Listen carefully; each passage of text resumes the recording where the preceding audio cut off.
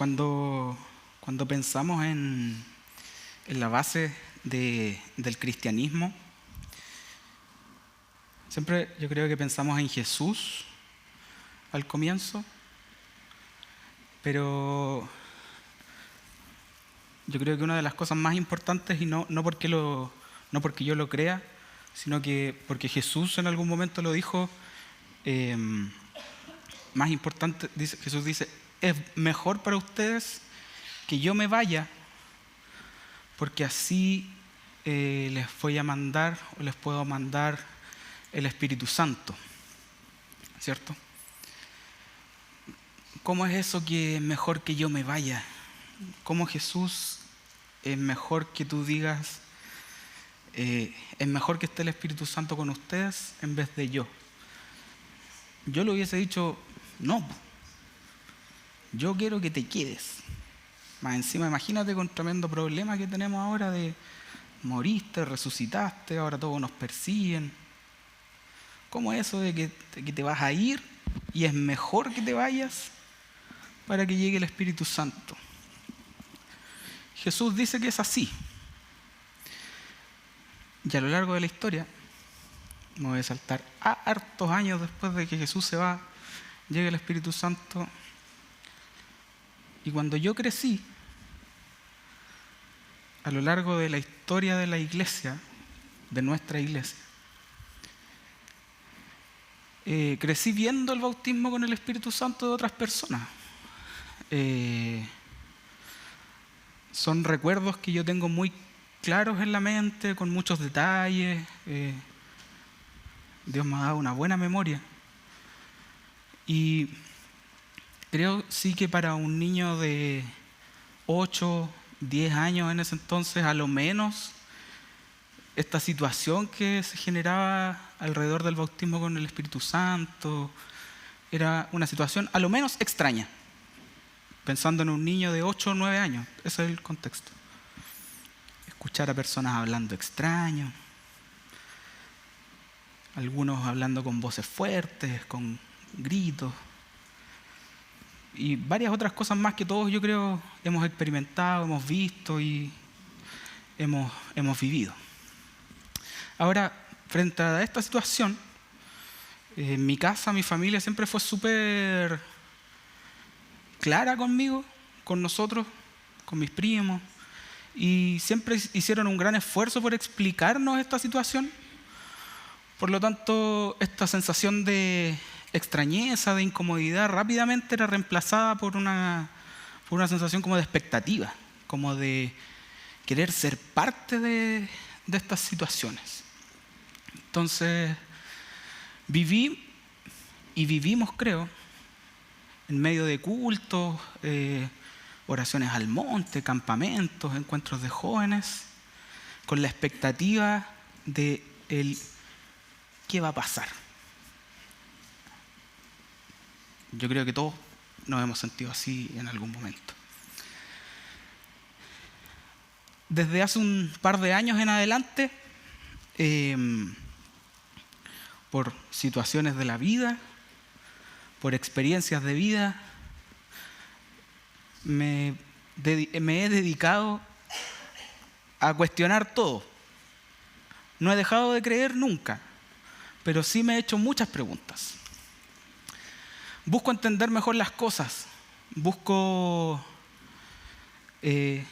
tratar de darle alguna explicación a las situaciones. En medio de esa búsqueda, hace un tiempo atrás me encontré con este libro, que yo creo que varios me vieron leyéndolo en algún momento. Estuve leyéndolo en el paseo, hace un par de meses atrás. Empecé a leerlo y me ha ayudado bastante a aclarar mi postura, aclarar mi pensamiento respecto del Espíritu Santo. Y eso es lo que quiero compartirlo hoy día. Hablar del Espíritu Santo es muy extenso, vamos a necesitar hartos cafés para poder hablar, pero yo voy a hacer un pequeño detalle. Si quiere conversar más, lo invito a mi casa, tengo café, puedo dar una galletita y podemos conversar. La Biblia nos dice y nos presenta un Dios trino, ¿cierto? Un Dios Padre, Dios Hijo y el Espíritu Santo. Sabemos de memoria quién es el Padre, ¿cierto? Dios que está en el cielo, que cuida de nosotros.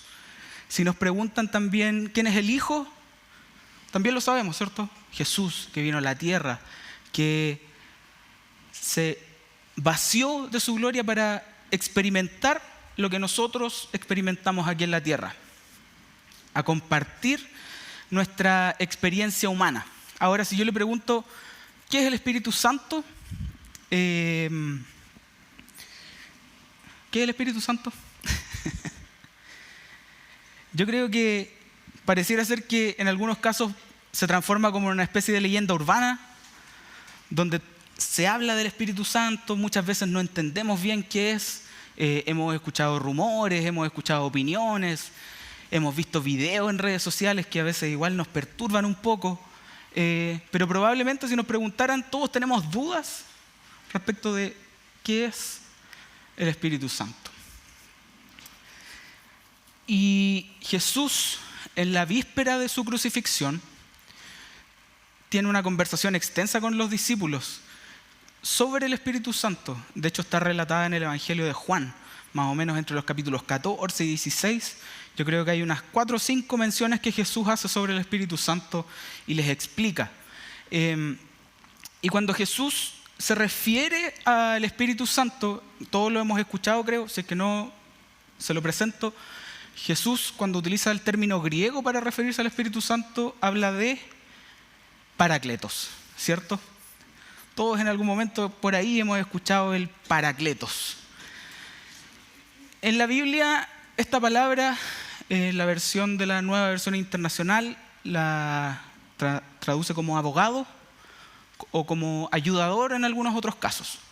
Ahora, si nos vamos al detalle como más literal de la traducción, es medio enredado, pero Jesús habla del Parácletos como alguien llamado para estar a nuestro lado para ayudarnos. Alguien que está llamado a estar a nuestro lado, acompañándonos, para ayudarnos. Quédese con eso en mente. Alguien que está llamado para estar al lado, para ayudarnos. Ahora, eso lo dice Jesús, pero si lo invitase a hacer un viaje muy rápido por la Biblia para hablar del Espíritu Santo utiliza muchas metáforas. Habla del Espíritu Santo como agua, como una paloma, habla del Espíritu Santo como aliento. Yo hoy día quiero hablarle de una de esas metáforas a lo largo de la Biblia que se utiliza desde Génesis hasta Apocalipsis, que es la metáfora del viento. La Biblia se refiere al Espíritu Santo como el viento en muchas partes. No le quiero dar mucho misterio al asunto, y cuando la Biblia utiliza la metáfora del viento para referirse al Espíritu Santo, el mensaje que nos está dando es directamente hacia nuestras situaciones de caos, nuestras situaciones de impotencia y nuestras situaciones de desesperación. Cuando la Biblia utiliza el viento para hablar del Espíritu Santo, nos está hablando suavemente para consolarnos, nos está hablando con dirección para guiarnos y también nos está hablando con poder para abrir un camino donde pareciera ser que no hay camino.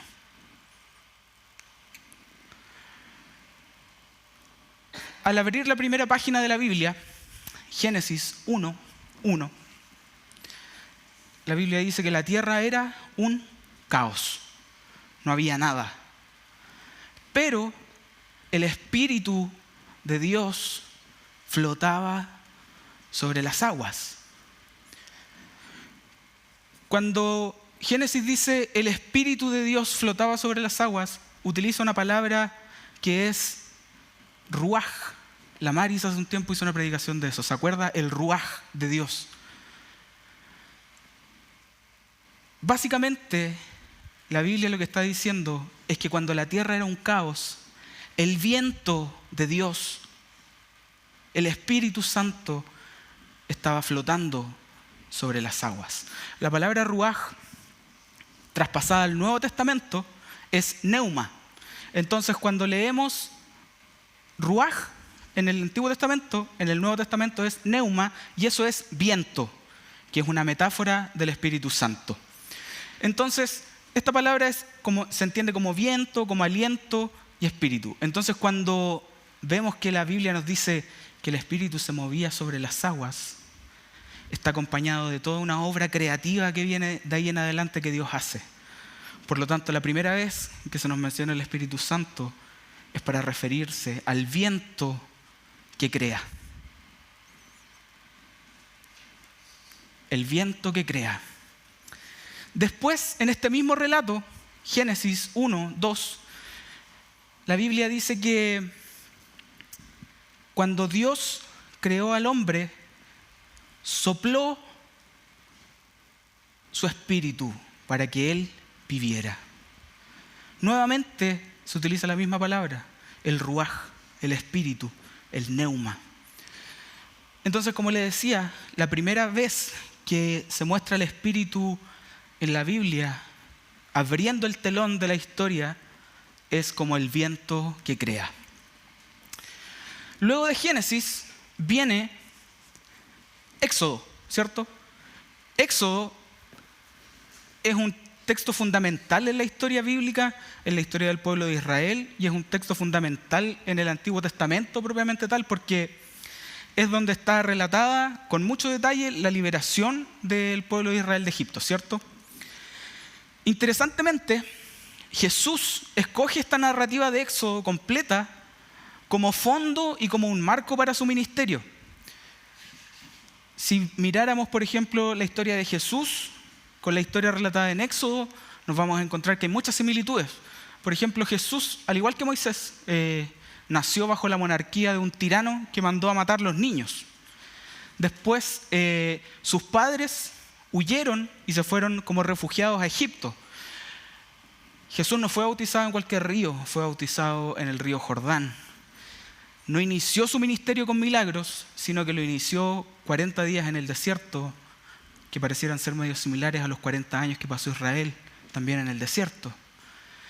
Y además, programó su arresto y crucifixión en la celebración de la festividad de la Pascua. La primera Pascua en la Biblia se celebra en el libro de Éxodo. En ese libro es donde están las instrucciones para la primera Pascua. Todo el ministerio de Jesús está impregnado de una simbología relacionada con Éxodo. ¿Qué tiene que ver esto con el viento y con el Espíritu Santo? Si hubiese un momento en el Éxodo que quisiéramos hacerlo, y entiéndame esto, equivalente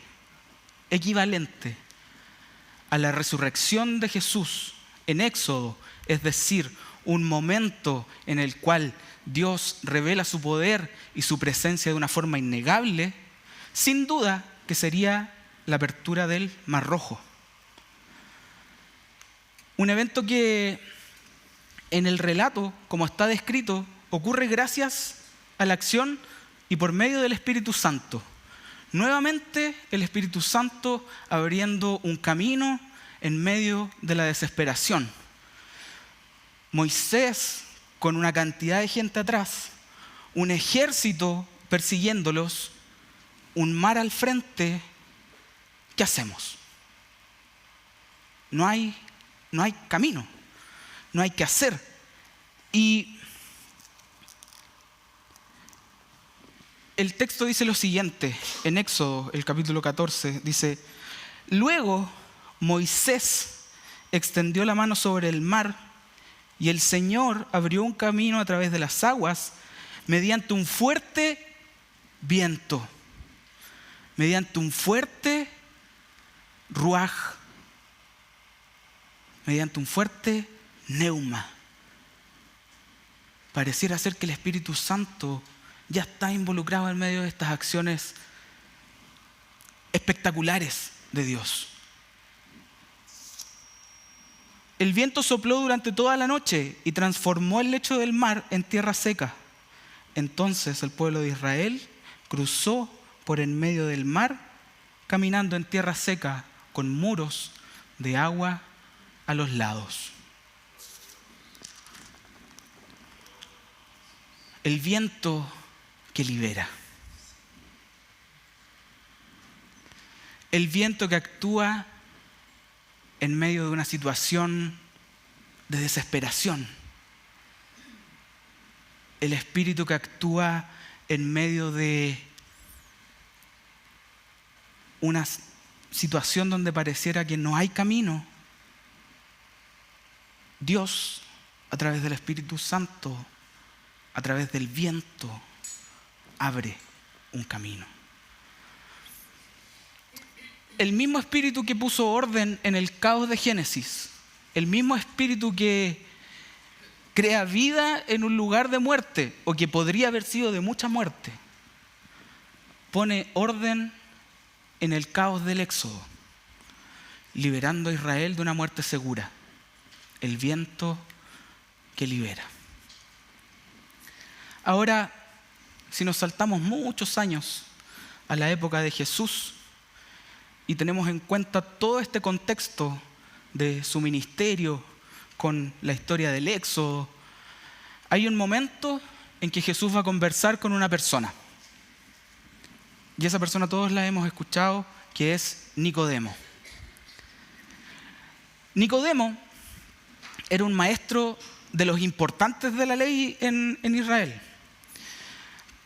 Nicodemo, para haber llegado al estatus que tenía, probablemente él tiene que haber sabido de memoria los 40 capítulos que tiene Éxodo, porque la ley, para llegar a donde él estaba, se lo exigía. Y porque la tradición judía era así. El estudio de la Biblia era a través de la memorización. Por lo tanto, es muy probable que Nicodemo supiese qué tan importante era el libro de Éxodo para la cultura en que vivía y supiera claramente cuáles eran los sucesos que se habían relatado en la historia. Jesús, en esta conversación, rápidamente gira el telón de la conversación hacia el Espíritu Santo. Dice de la siguiente forma, lo tengo aquí marcado.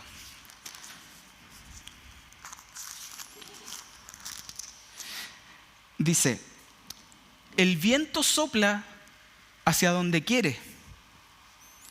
De la misma manera que oyes el viento, pero no sabes de dónde viene ni a dónde va, tampoco puedes explicar cómo las personas nacen del Espíritu. Cuando Jesús intenta dar esta explicación a Nicodemo, le está hablando del viento, del Espíritu que guía, que da dirección, que nos muestra de alguna forma dónde ir. Jesús identifica al Espíritu como los que han nacido del Espíritu con esta metáfora del viento. La conexión es clara y muy posible.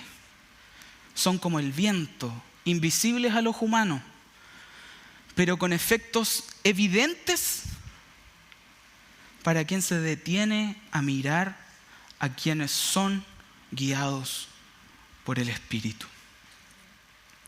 Son completamente inconfundibles, es lo que le está diciendo Jesús. Incluso en estos momentos que son de desesperación, de soledad, de desesperanza, en los momentos cuando todo está mal, Jesús dice, estas personas guiadas por el Espíritu son inconfundibles, son como el viento, no sabes de dónde viene, no sabes por qué son así, pero si los miras, lo identificas. el viento que guía. Jesús es crucificado, resucita y antes de irse al cielo, antes de ser transfigurado, instruye a sus discípulos que esperen en Jerusalén el don que Él les prometió, que es el Espíritu Santo. Conocemos la historia y cuando llegó el día del Pentecostés, ya sabemos cómo llegó el Espíritu, ¿cierto? De repente se oyó un ruido desde el cielo, parecido al estruendo de un viento fuerte e impetuoso que llenó la casa donde estaban sentados. Luego, algo parecido a unas llamas o lenguas de fuego aparecieron y se posaron sobre cada uno de ellos. Contextualicemos un poco. En medio de la desesperación de los seguidores de Jesús, porque indudablemente que cuando Jesús se va al cielo, queda una situación media caótica porque empiezan a perseguir a los cristianos, los seguidores los empiezan a buscar, tú andabas con él. En medio de esta situación de desespero, de duda, de esta sensación de estar perdido, aparece el viento en medio de una casa.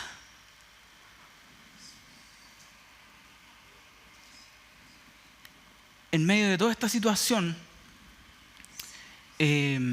Jesús les dice: vayan, esperen, porque algo va a pasar. En medio de esta situación, el mismo espíritu que ordena el caos en Génesis, el mismo espíritu que libera en Éxodo, el mismo espíritu que Jesús le intenta explicar a Nicodemo,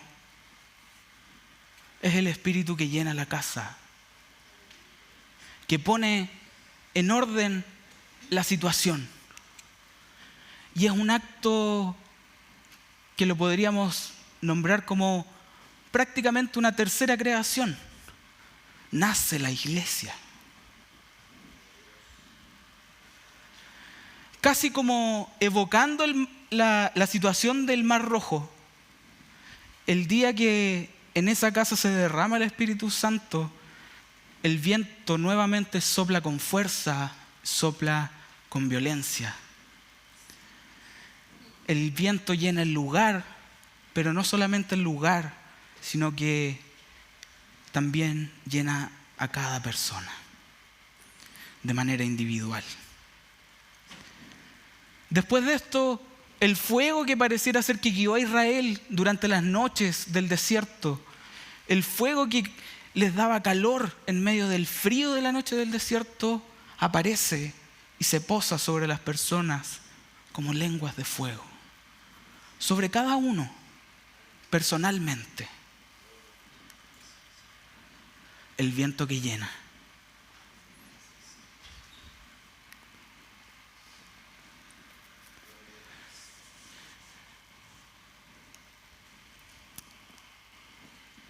Hay un escritor, filósofo y periodista británico que era cristiano, que dice: el gran dogma humano es que el viento mueve los árboles, pero la gran herejía humana es que los árboles mueven el viento.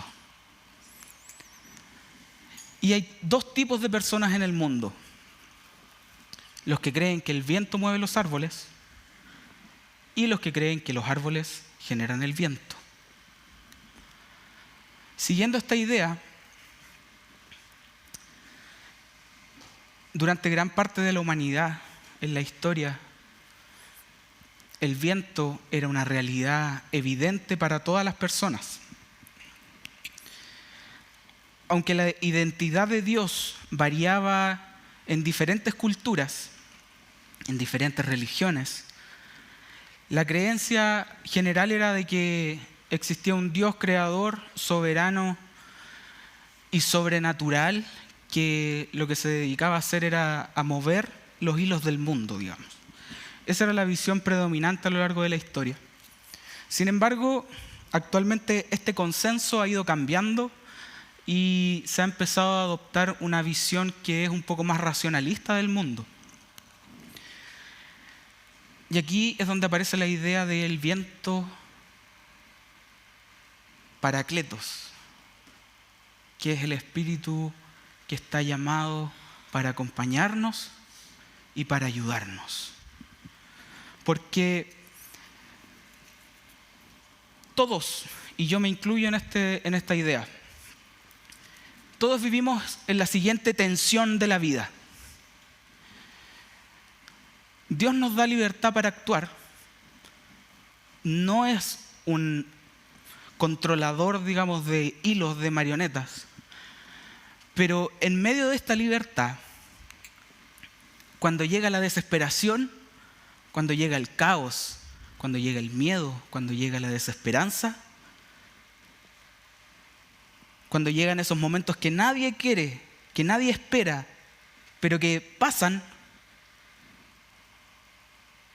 pareciera ser que todos pedimos que el viento sople.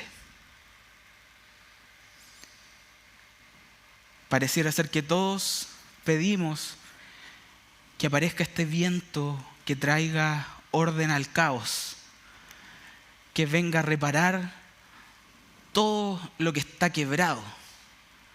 Pareciera ser que en medio de estas situaciones todos buscamos el viento que está llamado a acompañarnos para ayudarnos. Entonces, Paracletos, alguien que está llamado para acompañarnos, para ayudar. Alguien que está llamado a estar a nuestro lado para ayudarnos. A esta idea del Paracletos, la imagen del viento le da un significado que es bastante profundo y le da como un matiz que fuera a ser casi poético, conectándolo con la historia del pueblo de Dios a lo largo de la Biblia. Pero aquí empiezan un montón de preguntas que nos podemos hacer, porque ¿por qué si viento parte con la palabra ruaj, termina con neuma? ¿Por qué Jesús, cuando le dice a los discípulos y les habla del Espíritu Santo, no se los explica de la misma forma? ¿Por qué Jesús, en vez de decirle el neuma, le dice el paracletos? Jesús no termina ahí. Jesús les explica. Porque Jesús les dice, el paracletos va a venir a ayudarlos, va a venir a acompañarlos y va a ser su consolador, su abogado y su consejero. Paracletos, consolador, abogado y consejero. Consolador porque la vida en este mundo es muy incierta, porque la desesperación nos alcanza y sin duda nos deja sin fuerzas. La intervención de Dios, hermanos, está prometida para todos, pero la forma en que interviene no la sabemos. Incluso cuando Dios no actúa con un poder visible frente a lo que nosotros estamos esperando, lo hace, actúa con consuelo. No nos deja huérfanos. Y quienes conocen al Espíritu Santo en momentos de debilidad, creo que conocen una verdad que es muy silenciosa, pero que es muy poderosa. Y es que la presencia de Dios es más poderosa que el dolor. La compañía de Dios es más poderosa que la desesperación, que la desesperanza. El consuelo del Espíritu Santo no solo supera la desesperación, sino que también abre un camino en medio de ella.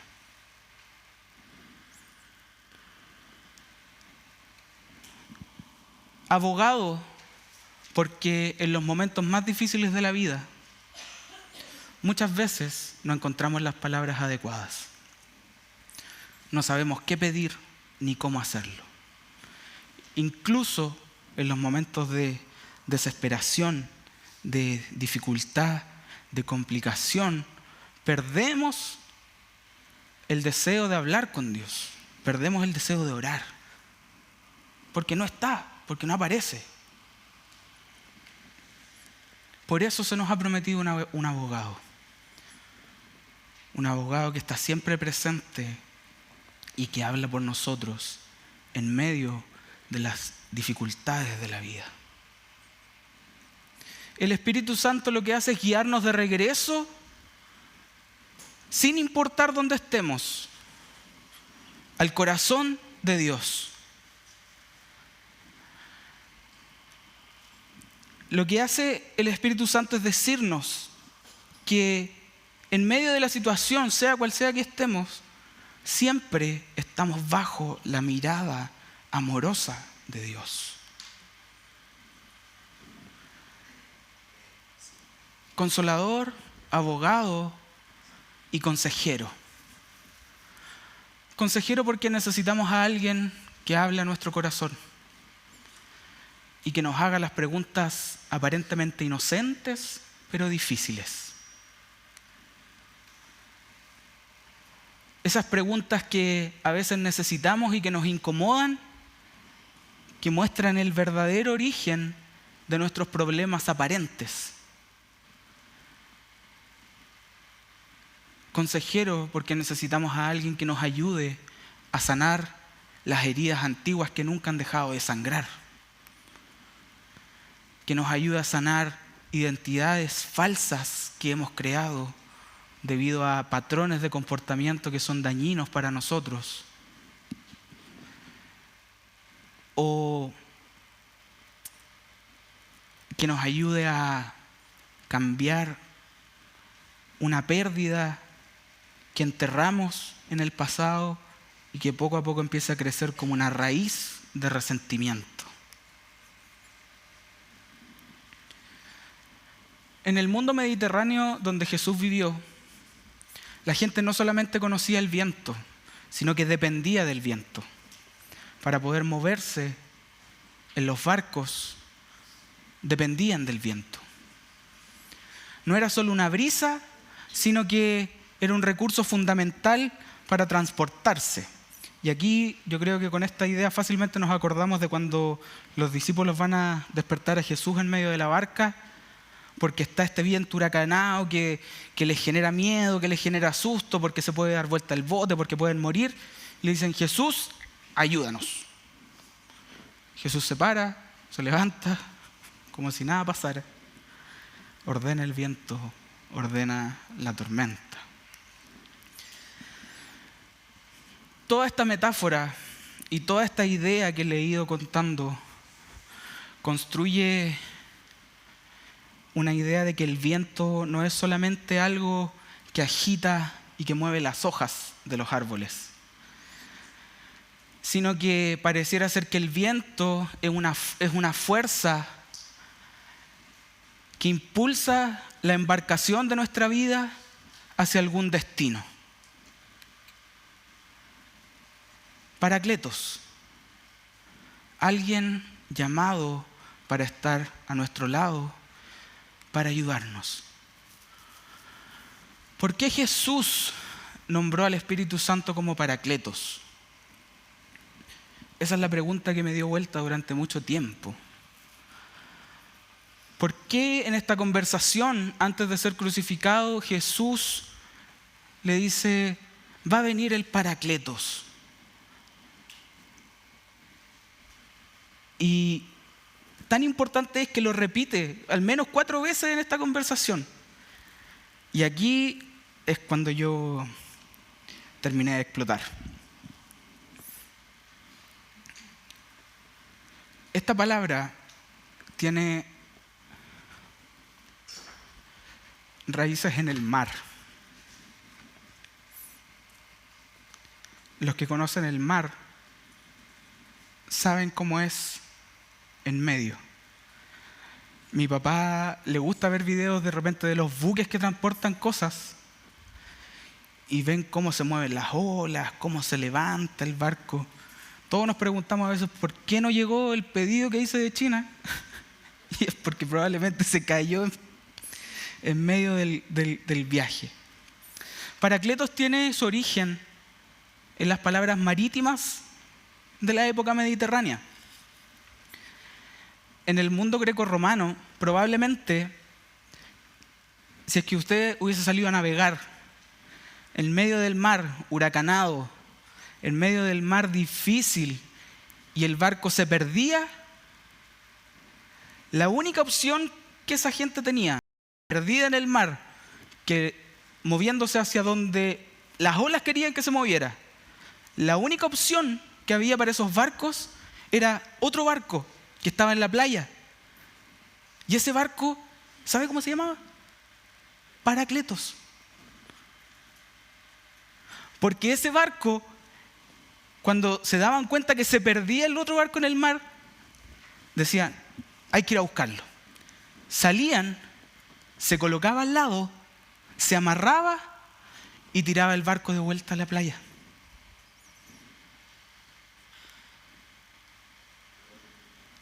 La única esperanza para un rescate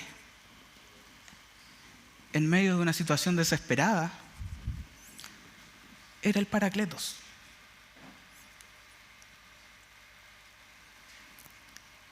Y para Jesús, eso es el Espíritu Santo. El Espíritu Santo es el que se acerca cuando estamos perdidos, cuando estamos solos, cuando estamos en medio de la desesperación. Llega, nos acompaña, nos toma y nos lleva de vuelta al corazón de Dios. Y nos dice, hey, estamos bajo la mirada amorosa de Dios.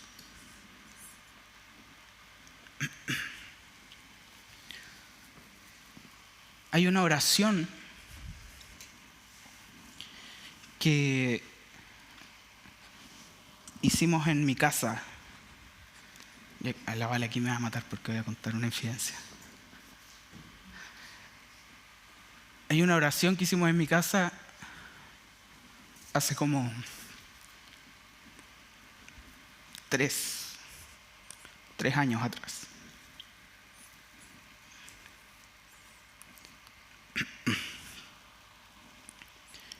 En medio de una situación de desesperación, de no entender la vida,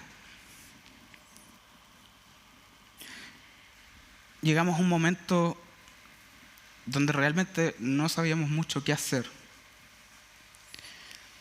Y mirando ahora hacia atrás, nosotros hicimos una oración que fue súper sencilla, que fue la siguiente: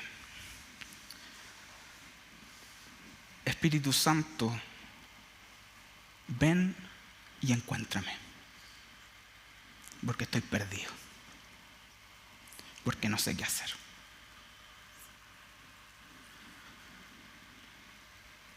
Espíritu Santo, estoy en medio del caos, en medio de la desesperación. Por favor, ven y encuéntrame.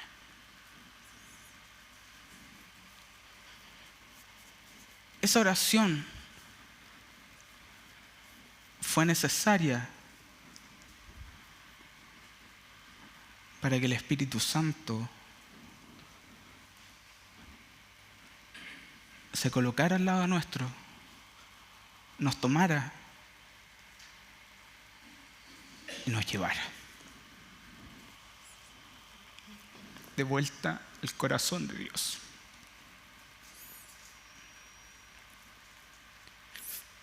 Si usted hoy día está perdido, si usted hoy día está en medio de la dificultad, de la desesperanza, en medio de la enfermedad, en medio del miedo. El mejor consejo que le puedo dar es que su oración sea esta: Espíritu Santo, ven y encuéntrame. No porque se vaya a solucionar todo de un momento a otro, no. En mi experiencia no es así. Llevo 3 años viviendo esta vida. Seguimos teniendo problemas, seguimos teniendo dificultades, seguimos caminando, con la única diferencia es que ahora voy amarrado al Espíritu Santo que nos tira.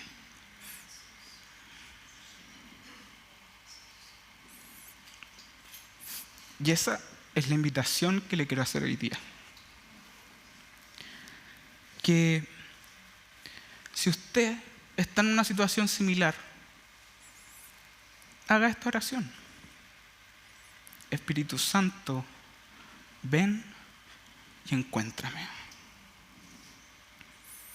Cierra sus ojos, ahí donde está. Y que esta oración sea personal. No tiene que ver algo con la colectividad ni nada de eso, sino que es su corazón, es su situación, es su dificultad, es su sensación de desesperanza que nosotros no podemos juzgarla.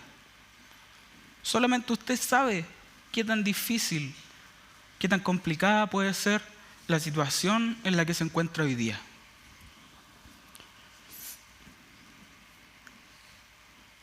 Haga esta oración: Espíritu Santo, ven y encuéntrame.